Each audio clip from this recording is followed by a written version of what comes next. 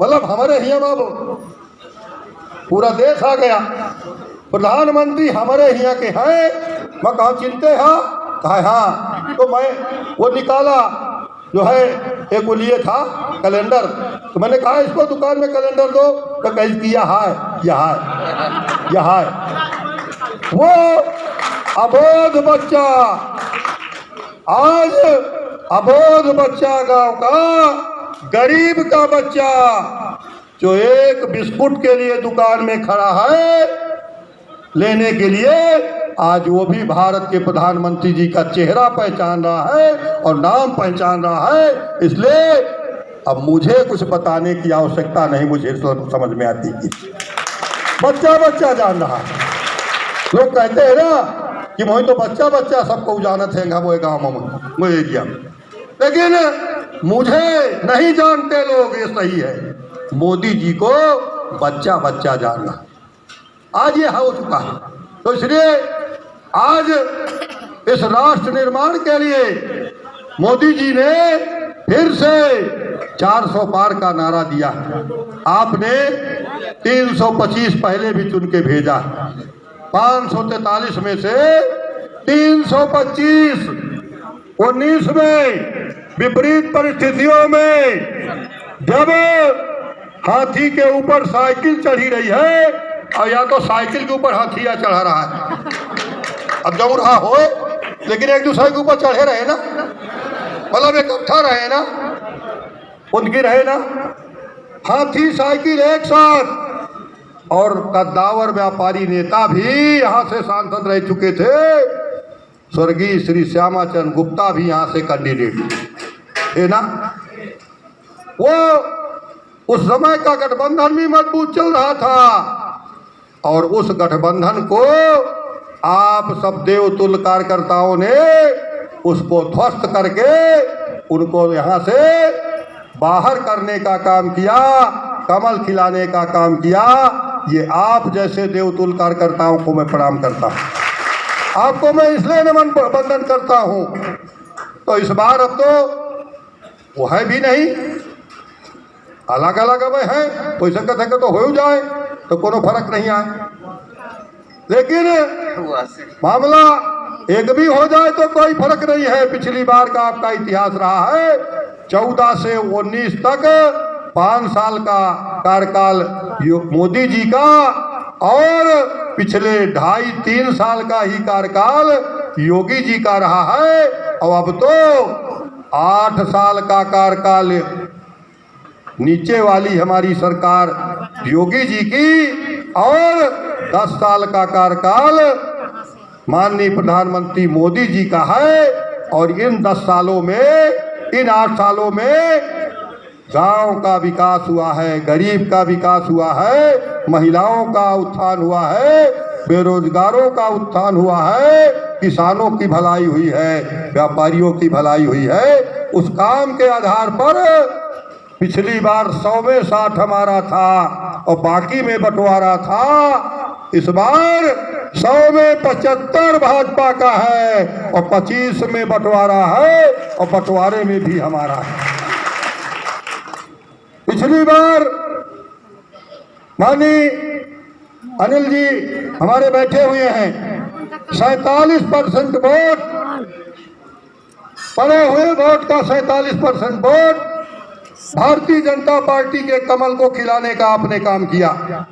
Total Lok Sabha में 10 लाख के करीब वोट पड़ा, 4,77,000 वोट भारतीय जनता पार्टी के कमल के खाने में पड़ा। 47% वोट आपको मिला, 53% वोट में सारे दलों को आपने नोटा से लेकर के सबको मिला। लेकिन इस बार भारतीय जनता पार्टी के शीर्ष नेतृत्व का लक्ष्य है, आदरणीय श्री अनिल यादव जी का लक्ष्य है, आदरणीय हमारे जिलाध्यक्ष जी का लक्ष्य है, हमें इस बार 47% के उस प्रतिशत को बढ़ा करके हमें 60% अपने पास खाले में ले जाना है, 60%। और कोई बड़ी बात नहीं है, इस बार बड़ी बात नहीं है, क्योंकि काम हुए हैं, सरकार के बड़े बड़े काम हुए दिखाई दे रहे हैं। चित्रकूट की पावन धरती पर कभी सोचा नहीं था हमने। जहां बदमाशों की गोलियां दड़दड़ाती थी उस जहां गोलियां दड़दड़ाती थी उस पाठा में आज हवाई जहाज उतर गए। मंगलवार को और शुक्रवार को अब दिल्ली, बंबई, देश विदेश कहीं भी जाना हो हफ्ते में 2 दिन हवाई जहाज उतरने लगा। बुंदेलखंड एक्सप्रेसवे जैसा बड़ा काम ये आपके 6 घंटे में हमारी दिल्ली एम्स पहुंच सकता है। चौड़ी चौड़ी सड़कें कालिंजर से लेकर के और आपका ये मार्ग बांधा तक का आज 4 लाइन हो गया। आगे इसको अभी माननीय गडकरी जी ने रायबरेली से आपके इसको नेशनल हाईवे घोषित किया है। रायबरेली से बांदा होकर के कालिंजर से सतना के रास्ते ये नेशनल हाईवे की घोषणा अभी रायबरेली में इसका शिलान्यास भूमि पूजन पिछले अभी दिनों में भारत सरकार के माननीय मंत्री जी ने किया है। मुझे भी बुलाया गया था क्योंकि मैं क्षेत्र में घूम रहा था, रायबरेली नहीं गया। आपके सांसद के नाम का भी पत्थर शिलान्यास में वहां से लगाया गया। ये कालिंजर से आपका 4 लाइन का नेशनल हाईवे, ऐसे वामदेव की नगरी कालिंजर का विकास करने के लिए आज हमारी सरकार पर्यटन के क्षेत्र में आगे आई है। चित्रकूट आप जा रहे हैं, बदला हुआ चित्रकूट नजर आ रहा है। आज भयमुक्त हुआ है समाज। आज हमारी बहन बेटियां रात के अंधेरे में भी चाहे जहां चली जाए निमंत्रण शादी ब्याह में कोई चिंता नहीं है। यही क्षेत्र था आपका, शाम के बाद कोई ये नदियां डाक के वो पार जाए का तैयार नहीं रहा। ये नदियां जो पड़ती है नदी के उस पार शाम के अंधेरे में कोई व्यापारी व्यापार करने के लिए कालिंजर में था, उसका व्यापार फतेहगंज में था तो जल्दी शटर गिरा करके वो अपने घर भागता था। चलो सुरक्षित जगह चले। आज रात के 12 बजे भी दुकानें खुली रहती हैं, कोई चिंता नहीं होती व्यापारी को। आज ये सुशासन का राज, रामराज जैसी व्यवस्थाएं हो रही। माननीय प्रधानमंत्री जी जहां बड़े बड़े काम हमारे हुए हैं, भव्य मंदिर अयोध्या का बनके तैयार हुआ, रामलला विराजमान हो गए, चित्रकूट की पावन धरती तक राम वनगमन मार्ग आ रहा है।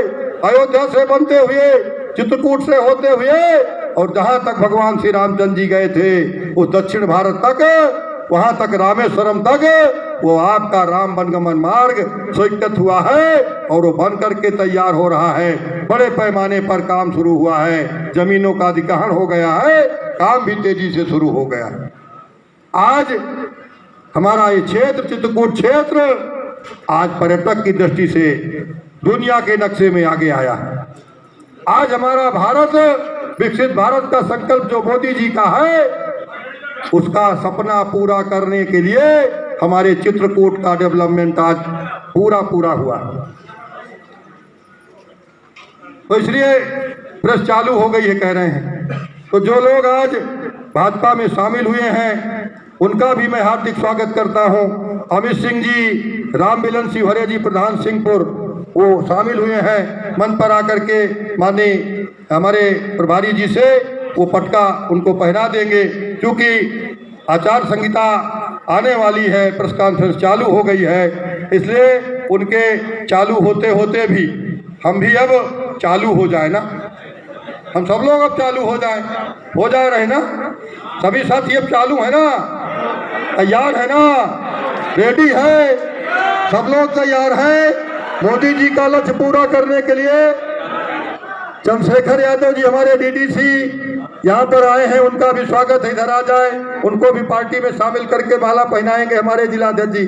तो सभी लोगों से मेरा निवेदन है, मोदी जी के सपनों को, योगी जी के सपनों को साकार करने के लिए पुनः मुझे भारतीय जनता पार्टी के शीर्ष नेतृत्व ने अपना आशीर्वाद दिया है। मैं आपका सबका आशीर्वाद मांग रहा हूँ, आप सबका साथ मांग रहा हूँ। आप देवतुल्य कार्यकर्ता हो, जमीन पर आप लड़ते हो, अपने अपने पोलिंग बूथों पर 90% वोट डलाने का काम आपको करना है। हो सकता है जाने अनजाने मैंने कभी किसी के साथ कोई ऐसी गलतियां नहीं की, और अगर कहीं हो भी गई हो अनजाने में तो उनको मैं माफी चाहता हूं, क्षमा चाहता हूं।